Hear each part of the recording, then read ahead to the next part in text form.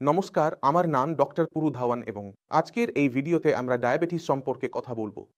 এখন আপনি ভাবছেন যে আমাদের চ্যানেল পার্কিনসন সম্পর্কে, সেখানে আমরা ডায়াবেটিসের কথা বলবো। কিছু না কিছু তো গোলমাল আছে, একদম গোলমাল আছে। কিভাবে ডায়াবেটিস কোনো রোগীর মধ্যে, কোনো ব্যক্তির মধ্যে পার্কিনসন তৈরি করতে পারে? আমরা এটি বোঝার চেষ্টা করব। কারণ ডায়াবেটিস একটি সাধারণ সমস্যা। প্রতি দ্বিতীয়, তৃতীয় ব্যক্তির মধ্যে আমরা ডায়াবেটিস দেখতে পাই। কারো তাড়াতাড়ি হয়, কারো দেরিতে হয়। এটাই ব্যাপার হয়ে যায়। এখন যদি কারো ডায়াবেটিস থাকে, তাহলে তার ডায়াবেটিস হওয়ার সম্ভাবনা কেন বৃদ্ধি পায়?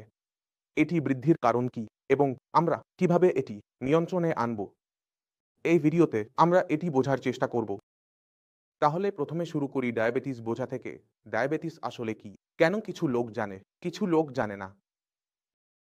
তাহলে ডায়াবেটিসে আমাদের রক্তে চিনি নিয়ন্ত্রণ করার শরীরের ক্ষমতা হারিয়ে যায়। আমাদের যে প্যানক্রিয়াস আছে, তা কম ইনসুলিন তৈরি করছে বা তা কার্যকরভাবে কাজ করতে পারছে না। যে কোনো কারণে আমাদের রক্তের মধ্যে চিনি বেড়ে যায়। যখন আমাদের রক্তের মধ্যে চিনি বেড়ে যায়, তখন তার প্রভাব আমাদের প্রতিটি ছোট বড় অঙ্গে পড়ে। আমাদের চোখের পর্দায় প্রভাব পড়ে, যা দেখার ক্ষমতায় পরিবর্তন আনতে শুরু করে। কিডনিতেও প্রভাব পড়তে শুরু করে, কিডনি কাজ করা কমিয়ে দেয়। আমাদের পায়ের যে স্নায়ুগুলি আছে, সেগুলি কাজ করা বন্ধ করে দেয়। এইভাবে আমাদের মস্তিষ্কের ভিতরে যে টিস্যু আছে, সেটাও ক্ষতিগ্রস্ত হতে শুরু করে। এখন কোন লক্ষণ আগে আসবে আর কোন লক্ষণ পরে আসবে, এটা বলা খুব কঠিন কাজ। কারণ যে জিনিসটি বেশি দুর্বল, সেটাই আগে ভেঙে যাবে, সেটাই আগে খারাপ হবে।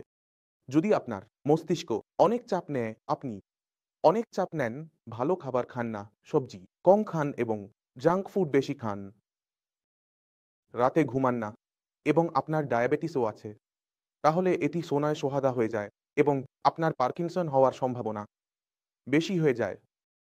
এবং ডায়াবেটিসের সাথে যখন তারও পার্কিনসন হয়, তখন তা প্রায়শই পিডি হয়, জং অনসেট পার্কিনসন ডিজিজ।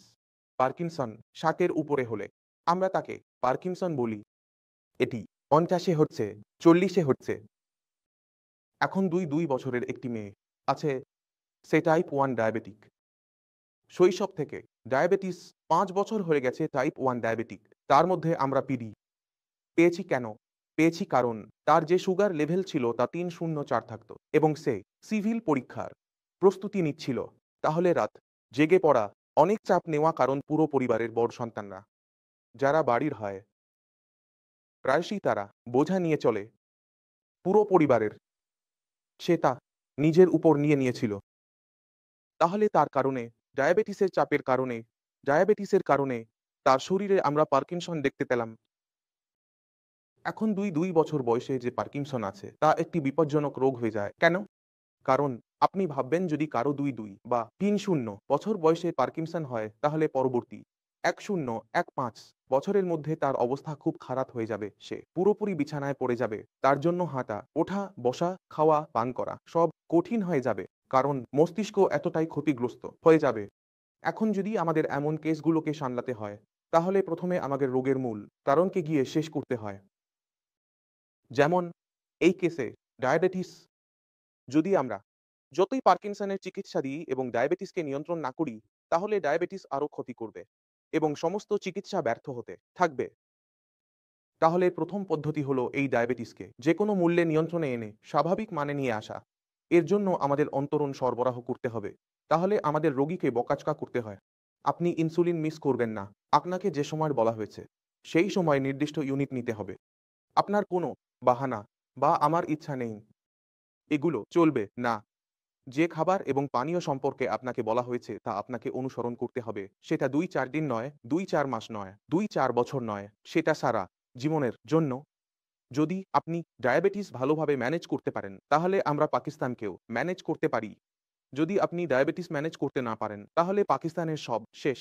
যে চিকিৎসা আছে আমার জ্ঞান বা কারো, তা ব্যর্থ হতে থাকবে। তাই এটা জরুরি হয়ে যায় সবসময় রোগের মূলের কাছে গিয়ে কাজ করা। এবং এই কারণেই আয়ুর্বেদ ভালো, কারণ এটি সরাসরি মূলকে ধরে। তাহলে এখন পার্কিনসনের মধ্যে কি হচ্ছে? যে মস্তিষ্কের ভিতরে যে টিস্যু আছে, তা অবনতি হচ্ছে, যে ডোপামিন আছে তা কম রিলিজ হচ্ছে। যখন ডোপামিন কম রিলিজ হচ্ছে তখন ডোপামিনের যে ফাংশনগুলো আছে তা কম হচ্ছে। যেমন আমাদের মাংসপেশিতে সমন্বয় প্রদান করা। এখন কম হলে হাত কাঁপতে শুরু করে, পেশায় ডিপ্রেশনের সৃষ্টি অনেক কম হয়ে যায়। তাহলে কোনো কিছুই ভালো লাগে না। ভালো খাবার নেবেন, ইচ্ছা করবে, কিন্তু খাবারের স্বাদ লাগবে না। শপিংয়ে দেখবেন আপনার বন্ধুরা কেন এসেছে? আপনি নিজেই ২ বছর, ১-০ বছর পর গলায় আমি না আপনার ইচ্ছা করবে না। কারণ আপনার ডিপ্রেশন হয়েছে। এই ডিপ্রেশন থেকে বের হওয়ার উপায় হলো মস্তিষ্কের ভিতরে ডোপামিন বাড়ানো। এখন ডোপামিন বাড়ানোর কথা বললে এটা শুধু ওষুধ দিয়ে সম্ভব নয়। যা বেশিরভাগ রোগীরা সবচেয়ে বড় ভুল করে।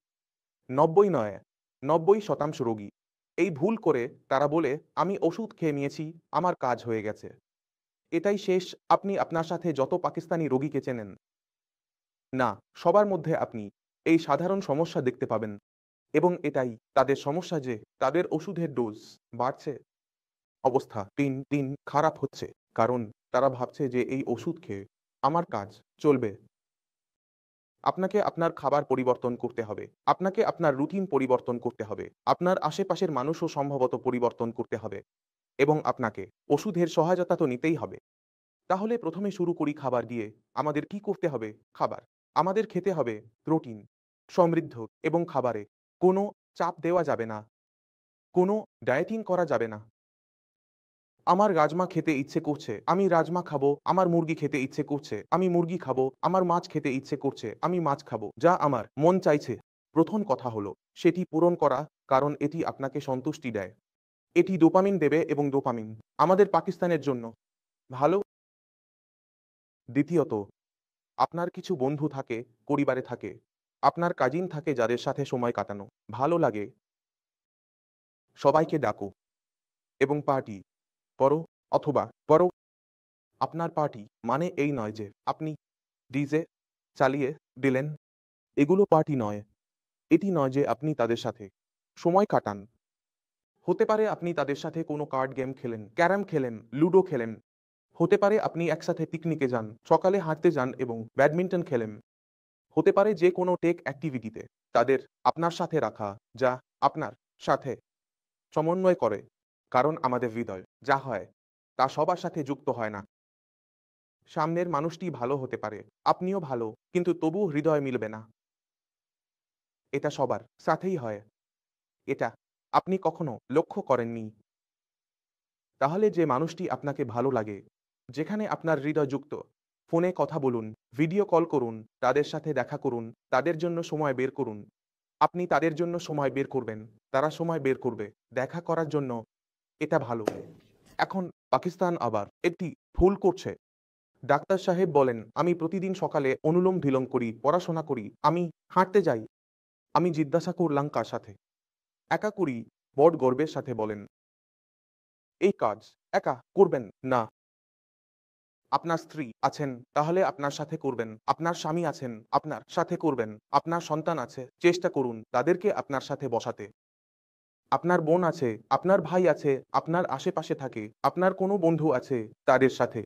তাহলে একটি গ্রুপ তৈরি করুন, গ্রুপে করে কাজ করুন, কারণ গ্রুপে কি হবে? পড়া হবে, তারপর শুরু হবে। মানে আমার ১ ঘন্টার এইটা ২ ঘন্টায় রূপান্তরিত হয়ে গেল। আপনি ১ ঘন্টা সাহস করলেন। ১ ঘন্টা যা আপনি একে অপরের সাথে আপনার চিন্তা এবং আপনার আদান-প্রদান করলেন তথ্যের।